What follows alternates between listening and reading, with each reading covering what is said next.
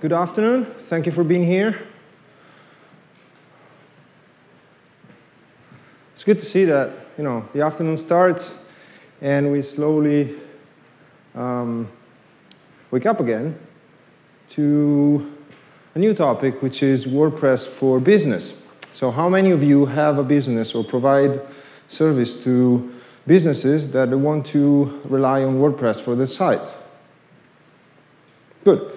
Being a WordCamp, I'm not very surprised. I would be surprised of the opposite. And today we're going to see a little bit how this environment of providing WordPress to a business actually is or can be improved. So imagine the classic scenario where you are a consultant and you have an agency. So how many consultants or agencies are here that they actually provide a WordPress site to their client? Okay, quite a few. So you know the drill. You know that somebody shows up, that is your potential client, and wants to have a new website, right? And how do they look like? They all look like the same. They show up and they have this, and they try to get it for like a little discount, or please do me well, right? Give me a good rate, give me a good price. And what do you do when you have a client like this that tries to get the best out of you? Of course, you have a call of duty. You have to help. And so you have this attitude that is like, of course, you need a site. I provide sites. I give you a site, and you will be happy. And we all know what happens next. Because what happens next is very, very standard and happens all the time with everybody. So you install WordPress, you find a theme that looks quite okay-ish, then you paste in some content that took like 3 weeks to have from the client, and the content was the name and the address. And then you tweak the template a little bit to make sure that looks a little better. Mostly that looks like not like the template that you paid for a few bucks somewhere else. And then what happens? That the client is put in front of the website, and the client will validate the website just basing on his own aesthetic taste. Because that is the only thing that many clients understand. Like, they look at the site, they like it, they don't like it. And of course, they provide a very meaningless feedback. So they come with this, like, what? I expected that there was a Facebook page there. Doesn't make any sense, but for the client, from their perspective, someone told them that they needed a site, and someone told them that they needed a Facebook page, and they don't know the difference, so they expected to have something, and they got something else. So, or you spent weeks working on a super fluid, responsive design, and then you show to the client, and the client goes like this, right? And so the client at some point is really tired of this and goes like, look, I know a site that I like, and I want my site to look exactly like that one. And they provide this, right? And you spend quite some time thinking about the architecture of information, and which pages, and which design, and which color would match their logo, and whatever, and they want this. And who is right and who is wrong? Well, from the theoretical point of view, you are right, because you are the expert, so you should know best. But from the economic point of view, the client is right, because the client wants something, and you are not providing that something. It doesn't matter if he's not able to explain. It's your duty to understand. So most of the time, something like this happens at the end. Sad end of the story. But today we're going to see a different way to do it. So my name is Luca Sartoni. I work at Automatic, and I'm specifically focused on Akismet, which is the anti-spam plugin for WordPress. How many of you use Akismet? Good. How many of you are happy of Akismet? Why different people? Why all the people that are not using Akismet are happy about Akismet? Oh, never mind. But first things first. Let's define, before starting a new adventure with business sites, what a business site is and what I'm going to mean with business site from now on. So a business site is a business that requires you to build a site for them. But the business has a physical shop front. So it's a restaurant, it's a gym, it's a hotel. They have a place, they do business, and they want a site next to it. And most of the time, they're very traditional businesses. And if you know your job well, you know that the more traditional is the business, the more difficult it is to please them with a website. And at some point in their life as a business, they decide to put aside a little budget for online marketing. And because the core of any good online marketing is a website, or someone told them so, they are asking you to set up their site. And your platform of choice for this presentation, of course, would be WordPress. So you remember the approach we had before, right? The drill? Let's forget that for a second. Let's have a different approach this time.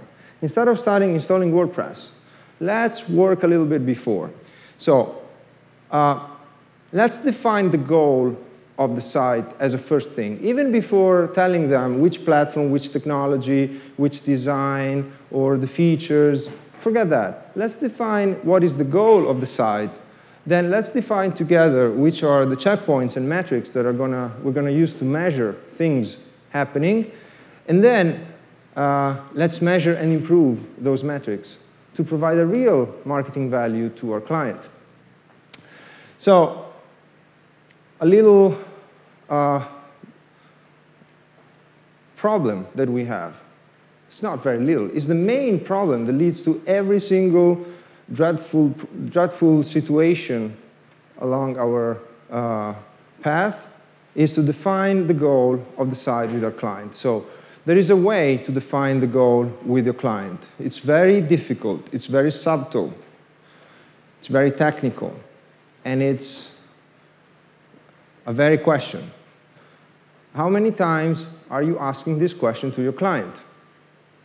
So how many of you ever ask this question to their client? How many times you ask this question at least 5 times to the same client in the same chat? Right? And how many times you had to ask this like 20, 25 times to get an answer that was not even close to the real one? Right? Why? Because they actually don't know most of the time why they need a website. You know, they're running a business. There are people that they have, let's say, let's just, for the sake of this conversation, let's just focus on a restaurant. So these people are actually very busy in dealing with food regulations, keeping the place open, the staff, providers, clients. Why the hell should they know why they need a website? Why the hell should they know why they need a website more than a Facebook page? Why are they supposed to be online marketing experts if their job is to run a restaurant? You are the marketing expert. You should be able to provide them this answer. But of course, if you provide the answer before, instead of them, there will be always a disconnection. So it's not about providing the answer. It's about you leading them to the answer. So if you're asking a restaurant, why do you need the website for, and they are not able to formulate a simple sentence that explains, you should help them to understand what a website can provide them and to pick the right goal. So for a restaurant, the only goal that a website, or one of them, let's say the most important goal that a standard website for a restaurant have is, tell me. Come on. Information about the restaurant. Yeah. So the menu, the food,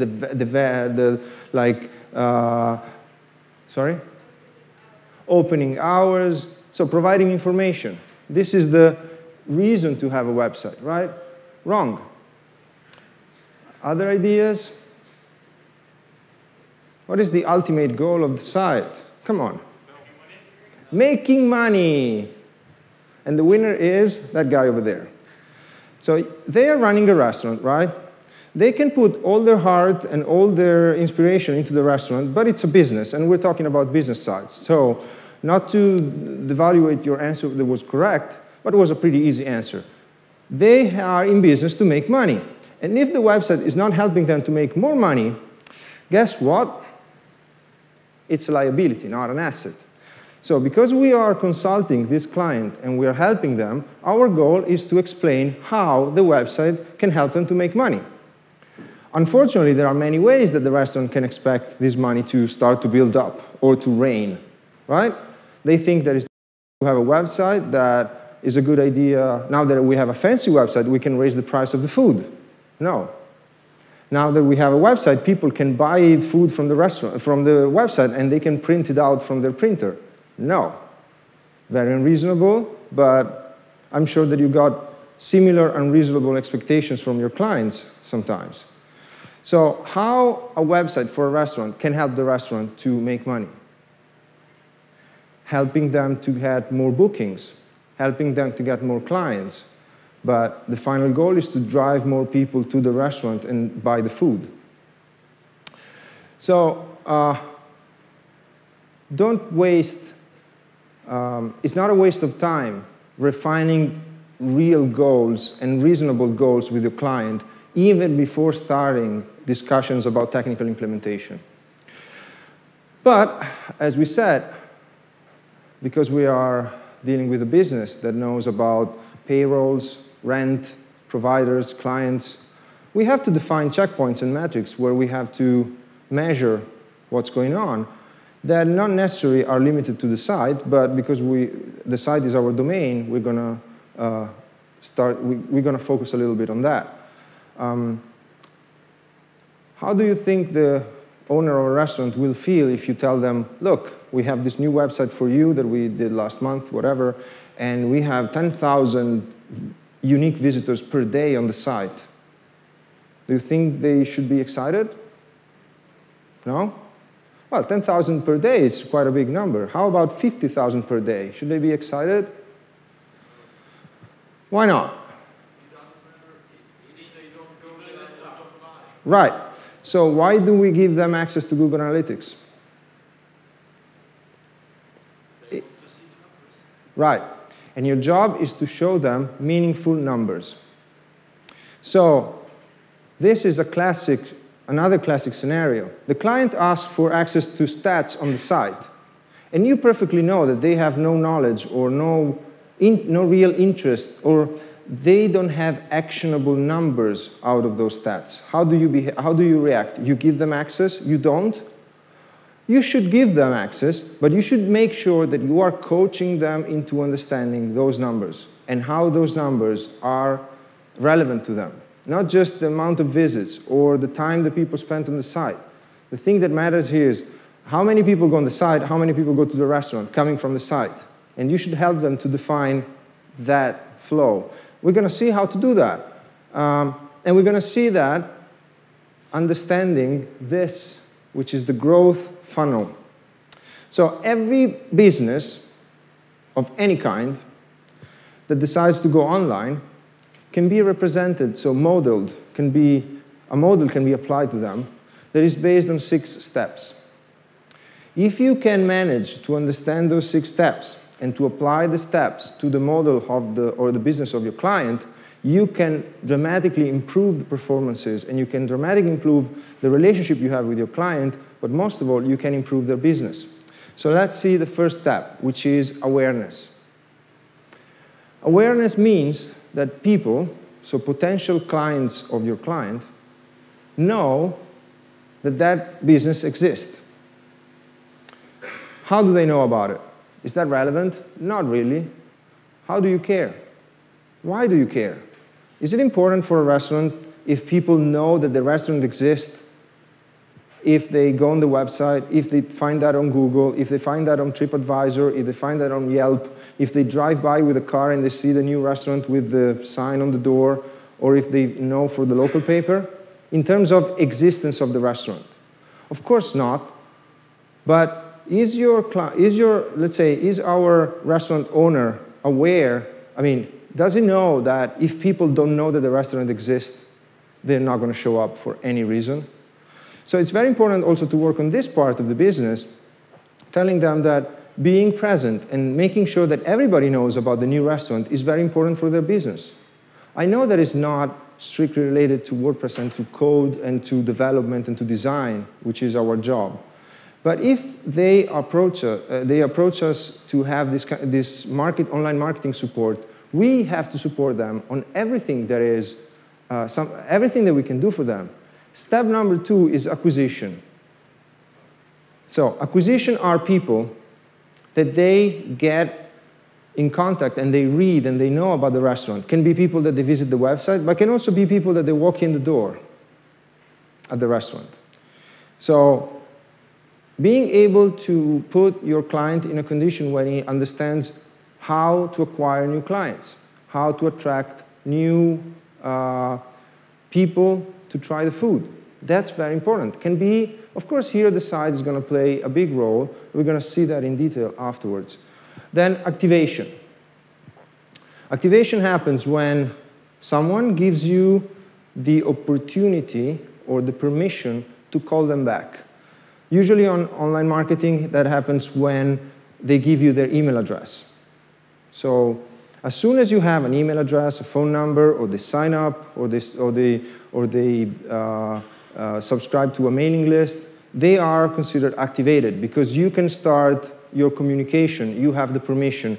And here we enter the area of permission marketing. They give you the permission to do marketing on them. Then we have retention. So let's say that your site sends a lot of people to the restaurant, like really a lot, and then nobody comes back. They go once, and they never go again. Someone, maybe you have the doubt that the food sucks, right? Is it your problem? Technically not. The website works. But at the very end of the day, if the client is not happy, and you can do something to change that, do you really think you can just walk out and say, that's not my problem? Then referral. Referral is how to use your acquired customers to get more customers. So how can you make sure that they spread the word for you? And revenue is the last step. And there are many ways to optimize revenue, from price testing to special events to special offers. But today we're going to focus on 3 things that just with a website and a little bit of online marketing can dramatically improve the experience of your clients. We're going to see acquisition, retention, and referral. So let's start with acquisition. For acquisition, this is the rule. Online and offline marketing needs to go together. They need to go together. Don't limit yourself to the idea that because it's a website, it's just online marketing. It's only about the code. It's only about technical things. Let's see what I mean. So, when we ask a standard client, so tell me about your acquisition lines. Which are your acquisition channels? This is what they do. This is the answer. Like, what's that? Many people, they have a business, and because they are traditional business, they are used to have people walking in the shop from the door, but they don't care that much what was the motivation behind those people or how these people got to find that place. A few they do, but not many. But when you are doing online marketing, you have all the tools to measure that. You know how many people came to the site through Facebook, how many people came through Twitter, how many people came through search engine. So as soon as people get in to your website, you also know what they were looking for or which product they are looking for. How do you know that? Because some of you, the SEO experts, are there any SEO experts in the room?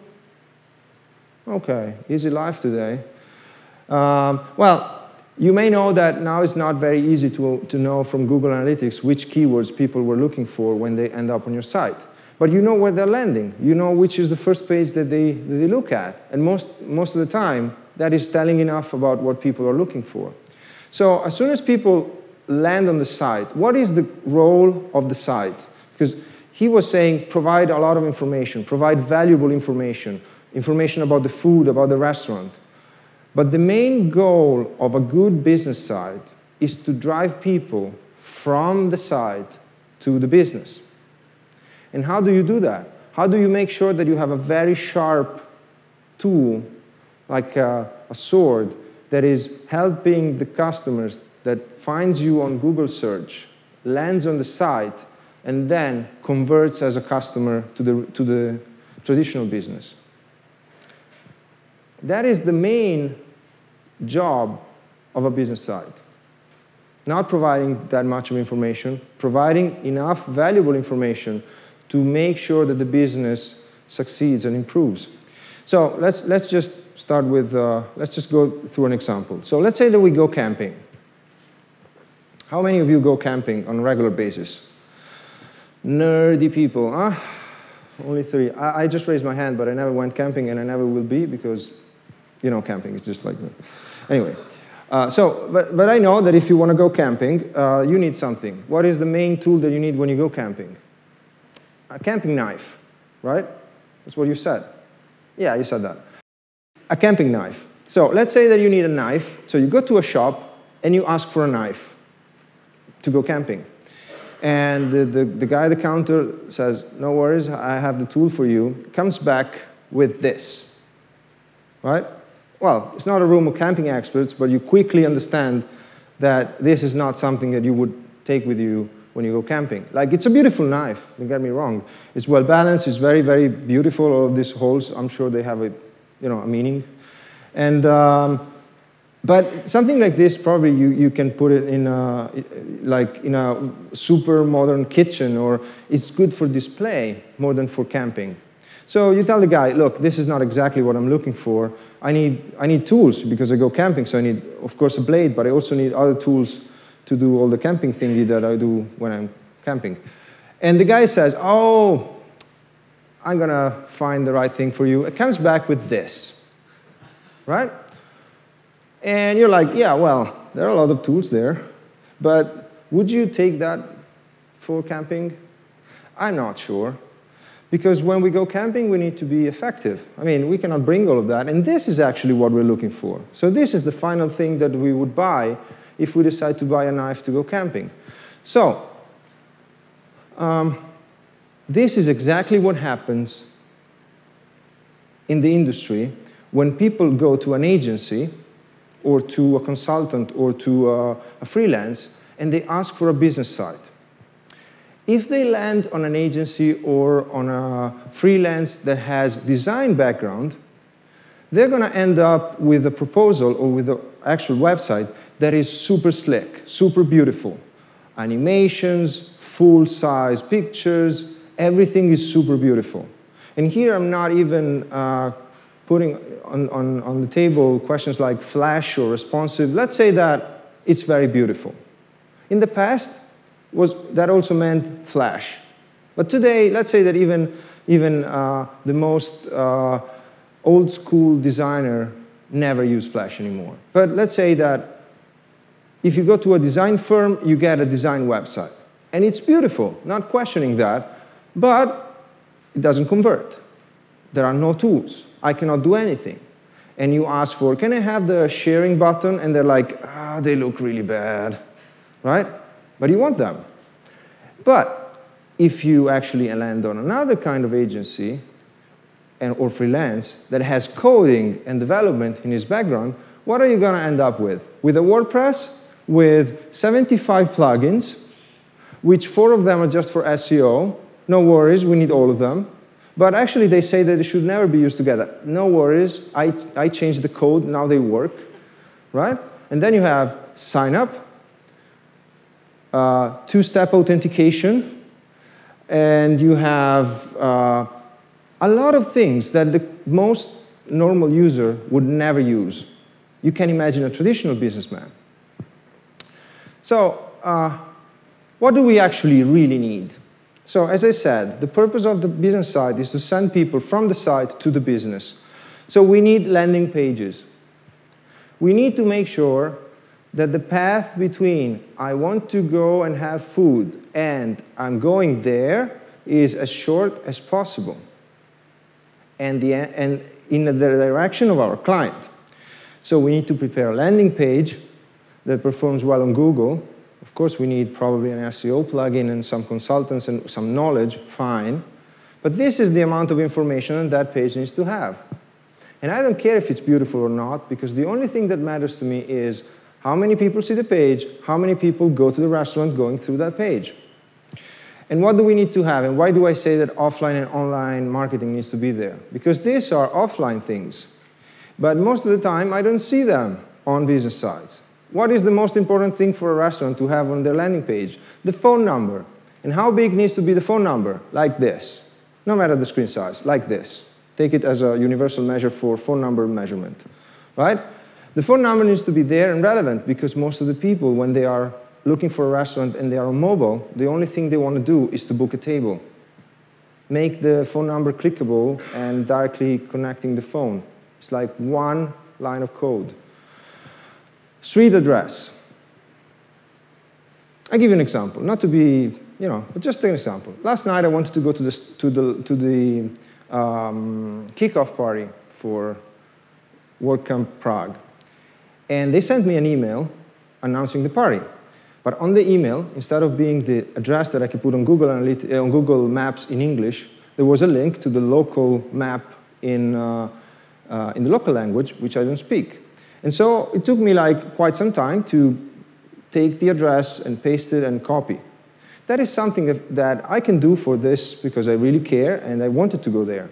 But imagine the classic customer that is looking for the same type of information on a restaurant site. They don't do that. People just quit. They go there, there's no address, I cannot find it. You know what, let's get McDonald's. And I know that sounds like a joke, but the thing is, this is how business works. You have people that they have less attention span than ever in human history. You want food and you're craving for food, and you go to the first option that you have. And you better make sure that your offer is the first one that shows up on Google and is the fastest to get from being hungry to get food. All the rest is just discussions or user behaviors. But truth is that if you're serving food, you need to provide food still warm. So put the street address in a way that can be copy-pasted or just with one click goes to Google Maps, whatever. But don't put a map that was designed by a designer. There are many sites that they design their own map. What is that? Why do you need that? It's super useless. And opening hours. If I go to a place and the place is closed and the website didn't tell me, you make sure that you can bet I'm not going to go there again. And then you take this offline strategy that is the same kind of information that you would put on a piece of paper if you were giving away flyers, and you make it super effective with online strategy, online marketing. Meaningful URLs for your landing pages performs better on Google. Meaningful page titles performs better on Google. Structured data, so this, instead of just putting on the page, which is already really good, go the extra step. Put them as a schema.org structured data, so Google local search and Google Maps picks them up automatically and shows it on Google. And some people say, yeah, but if I do that, then people search for something, search for the restaurant, and they find the Google search. In the Google search, there is already the phone number, so they don't go on the site. And who cares? The only thing that matters is that people go to the restaurant, not to the site. So if you can save a step to the final user and send them straight to the kitchen, do that.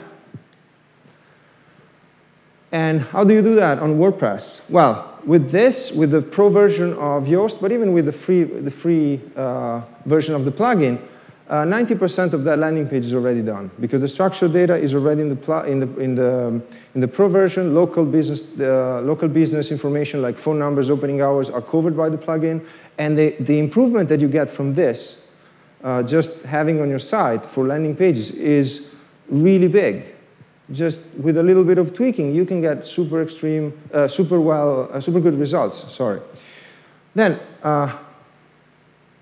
another step in the funnel. Retention. So retention is how do we make sure that people stay, right? And for this, my advice is start with user surveys. They work for every kind of business, and they really work. What are user surveys? Well, in the last 20 years of online marketing, we learned quite a quite a bit about users' behaviors. We know how people think, we know where they click, we can track their eye movements on screens, and we study them a lot. And what online marketing really understood is user surveys increase retention. And how do they work? Quality of service, reviews, testimonials. So every time you book a flight from an airline, and then you fly somewhere and you go back, a few days afterwards, you get an email from that airline that is asking you to fill a survey about the service, right? So if I assume that a lot of people fill up the survey. So why airlines still suck? Because we assume that they get a lot of complaints, they do that survey to improve their service, but their service is still questionable. Reason is the survey is not designed to improve the service only. Most of the basic reason why the survey is sent is because when you spend 10 minutes to tell them how much they suck, you are investing part of your time to express your feelings towards them. That means that reinforces in your brain the fact that you remember about them. And on large scales, that means that they keep you as a client. Because next time, some people will go like, oh no, it was so horrible, I'm not going to go there. But other people will go like, maybe they changed something with that survey. Or other people will be like, oh, you know what, they all suck, so I still go to the one that I know. So the reason why most of the surveys work is because they keep the connection. So the key here is surveys and asking questions to people is key to keep a relationship with them. Sometimes it's a very good relationship, sometimes it's a questionable, sometimes it's negative, but still, never let them go. Always ask questions. And how can you do that? How can you suggest that to your client? How to do that? Well, with these 3 types of surveys, tell your client, ask the people that come to your restaurant to leave their email address, and then every month, send them a survey asking what was their favorite dish at your restaurant this month. Just as a survey. And then you see who replies, who not. And you understand better about them, but you have a good reason to send them an email. That is not the classic newsletter telling them about the 10% discount for Valentine's Day or things like that. Reviews, the same. As soon as you have reviews on TripAdvisors, ask them to do that. Ask people to review your site, to review your restaurant, to review your business, whatever. As soon as people can provide their information and their reviews, they keep this connection alive. And testimonials are super awesome. If someone is available, some of their client is available to tell them like, you know what, I had a very good meal. And they take that, you know what, I had a very good meal, and they put on their website. That works super well to convince other people that that establishment is good. There is a burger chain in the US. It's called Five Guys. It's very popular in the East Coast. And you go into the burger chain, so you go into any of their shops, and all the walls are covered with testimonials and tweets. So every time somebody tweets about them, they make sure that comes up on the walls. Of course, many of them, I assume they are actually made up, but maybe they are actually real. The thing is, the entire location marketing is based on users' feedback and testimonials, and there's people with their name. How do you do that on a site for your client? Well, tell them to try Qualaroo. They can put, for you, it's just a line of code that you have to put on the side. For the client, is a dashboard where they can create questions and surveys and ask questions to the people that they go on the site. And just with that, they're going to get familiar with feedback. I know, the word feedback to a restaurant owner that is not familiar with online marketing is a difficult word, because the only relationship they have is with TripAdvisors and with negative reviews and all the discussions that we can have about that. But if you are able to explain them how to leverage that tool, even in a very negative context, like many bad reviews on TripAdvisor, and to turn it upside down, that is an extreme value that you can provide. And then email marketing for retention. I know it sounds a little bit 1995. Come on, this guy at WordCamp Prague is telling us to send emails for real. Yes, for real. And you know why? Because emails are gold, no matter what. Email marketing is gold for a business. If you're able to set up good lists with good clients, you make money in the very moment that you send out a newsletter, if you know what you're doing. So don't drop a channel just because you are not familiar with it. Make sure to explore this. And a good email campaign strategy to connect it with a good website makes a lot of money. You can do that with MailChimp for WordPress. You can actually have visitors going on the WordPress site and having, if they want to comment, for instance, they can also, at the same time, when they drop a comment, they can sign up for the newsletter. When they subscribe, when they sign up, you can put different lists in different points on the website and collect those emails and then have a good strategy afterwards to keep this connection alive.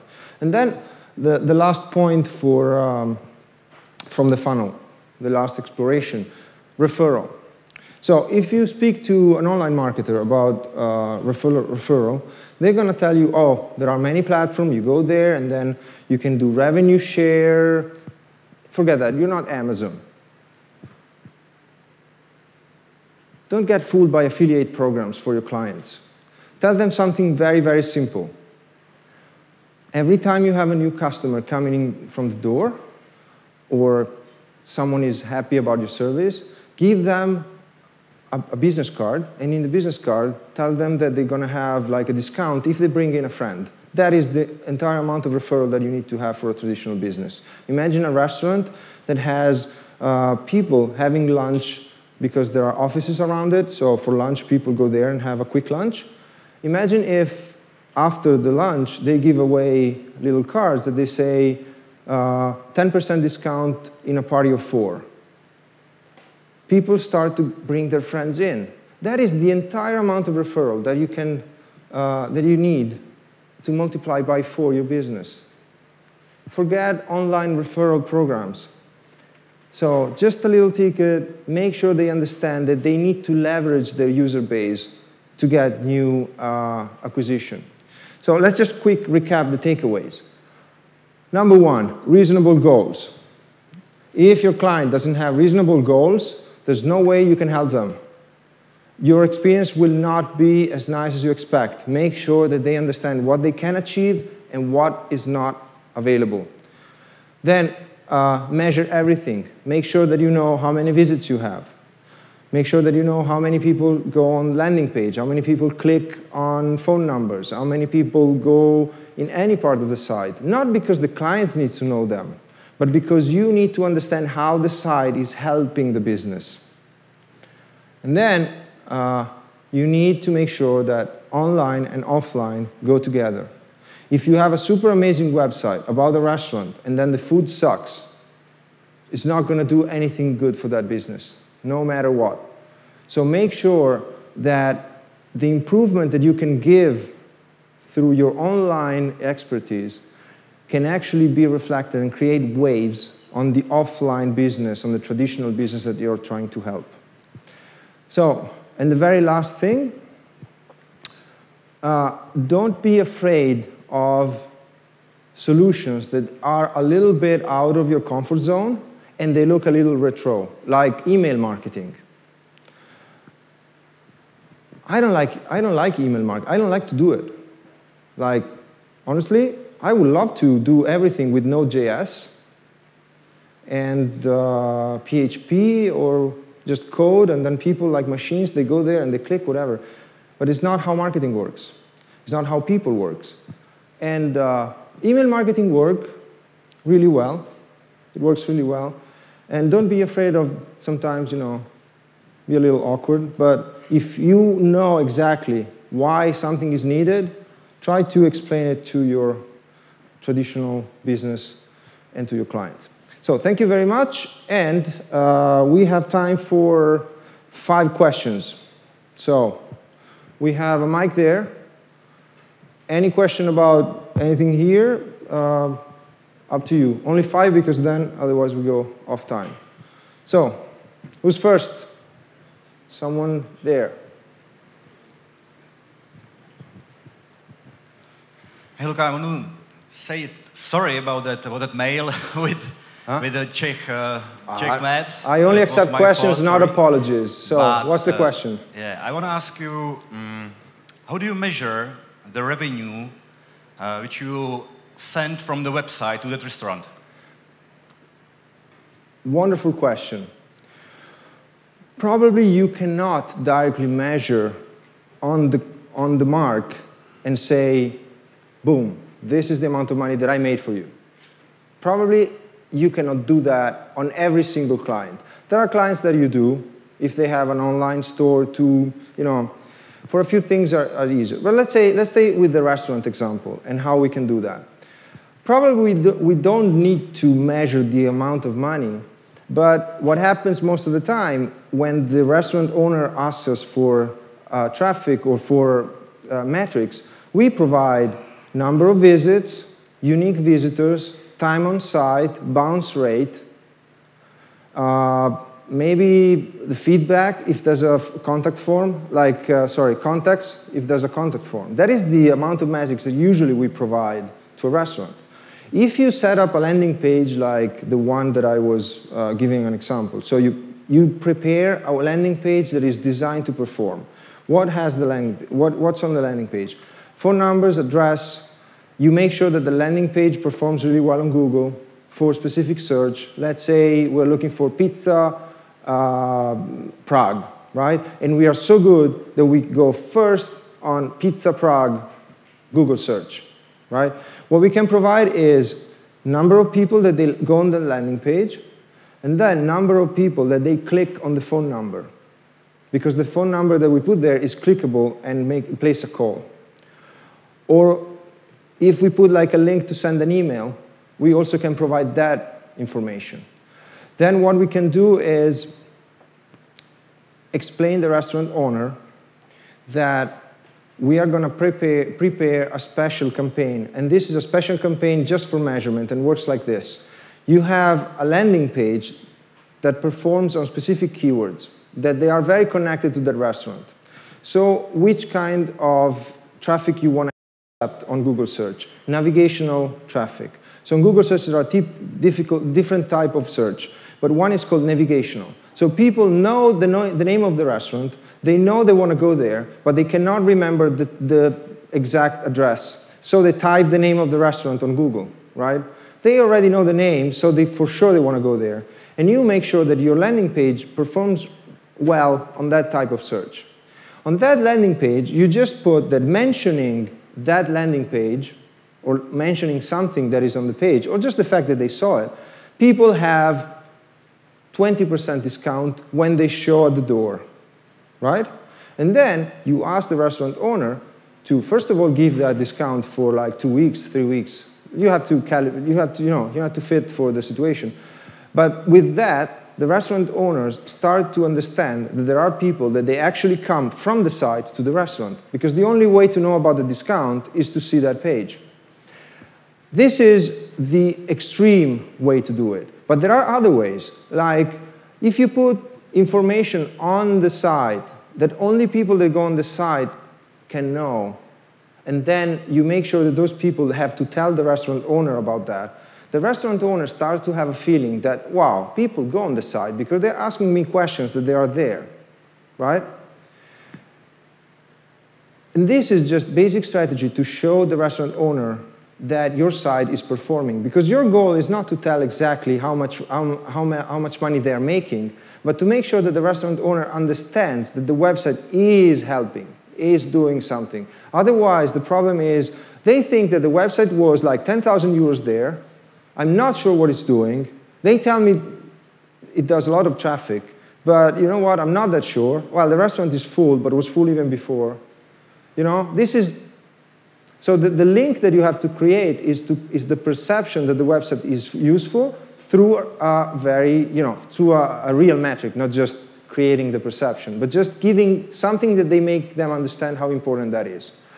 On the long, if you really want to measure revenue, There are businesses that they allow to do it through online campaigns. You do online campaigns, they have a code, you make sure that that code that shows up in the billing system, and there are ways to do it, and then you can match that transactions.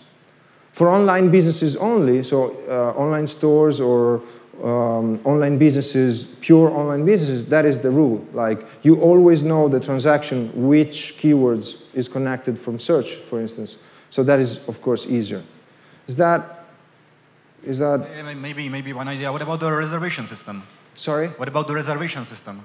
Or reservations can have, like, if you have a reservation engine on your site, that is already telling you. With that, you can actually connect the site to the transaction.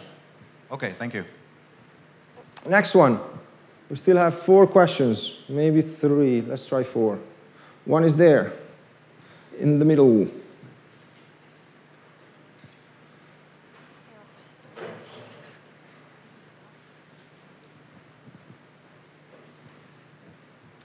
Hi, Luca. I have a question. I use MailChimp, and as you probably know, that huge mailing lists cost lots of money, but only a small percentage of people actually convert. After how long would you recommend to remove those users who actually never respond, never buy anything? I would remove users. I mean, you mean how long would I wait to remove people from from a mailing list if they don't reply? Yeah. As long, if they don't buy, I would keep people as long as possible, and they remove themselves unsubscribing. I would never cut them off, because you have somebody that is going to be there for 2 years, and then after 2 years gets an email and says, oh, you know what, tonight I'm going to go there and try the food. On this, you know, with email marketing, you never know what is going to happen, and a single transaction can make a difference. So I would never throw away the chance. If that person doesn't want to get my emails, today has enough tools to not having them. First of all, any email marketing tool provides immediate unsubscription with 1 click, so people can unsubscribe. Then you have filters on your Gmail, or any email provider provides you filters for your email. Then you have personal spam on Google. You can just spam, and then they start to go on spam by themselves. So don't worry that much about keeping your list clean. What you should worry is, if you start a new list, don't get a dirty list from someone else and put it to your list. So make sure that people that they land on the list, they land on a list that is very relevant to what they were looking for and what they are looking for. But don't worry if they get very old. At some point, they will convert. Thank you. Next one.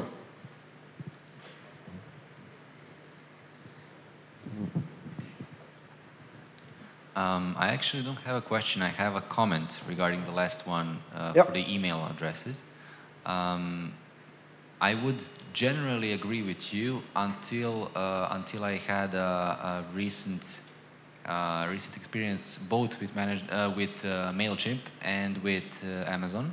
Yeah. So I would say that the good practice for people, how long they should stay on the list, is up to 180 days, which would be 6 months. 6 months. And if they don't interact with your list within the 6 months, you need to remove them, because otherwise you are getting your spam score higher. Okay. So your lists possibly could get blacklisted. That's one thing, especially if you're sending the emails from your server.